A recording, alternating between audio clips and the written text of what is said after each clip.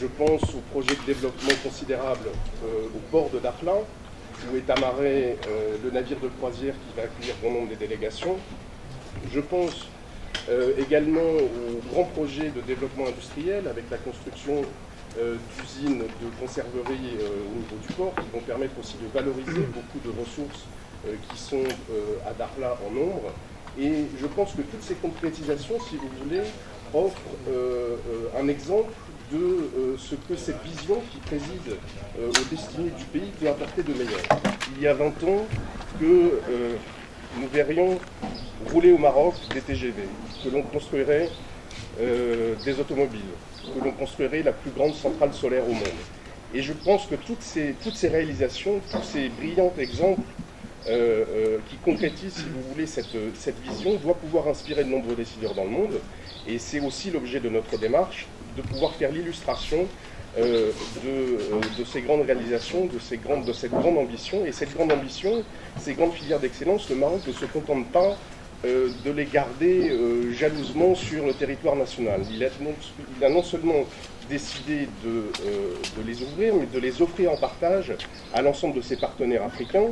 Je vois que chacune des visites de Sa Majesté dans les pays africains sont l'occasion de concrétisation de partenariats renouvelés, fondés sur des rapports d'égal à égal. Comme je le disais, le Maroc a accompli un brillant retour au sein de l'Union africaine. Il faut bien voir que le Maroc n'a jamais quitté la famille africaine. Le Maroc est aujourd'hui le deuxième investisseur africain en Afrique, je crois, le premier en Afrique de l'Ouest, et a développé, notamment dans le cadre des tournées de Sa Majesté, des politiques de coopération très fortes. Des politiques de coopération dans un esprit renouvelé, de partenariat, d'égal à égal, basé sur le respect mutuel entre les pays, où on voit le souverain aller à la rencontre des populations à l'occasion de chacune de ses visites, où on voit encore un souverain qui prend le temps de passer plusieurs jours pour pouvoir vraiment prendre la mesure des réalités et des préoccupations de ces pays. Donc, pour moi, je pense que c'est surtout une grande nouvelle pour l'Union africaine de pouvoir enfin, on va dire, retrouver une certaine crédibilité en ayant un acteur aussi incontournable que le Maroc. Écoutez, nous, on est, comme je vous le disais, on a la ville de Dakhla occupe une place privilégiée dans l'histoire du Forum.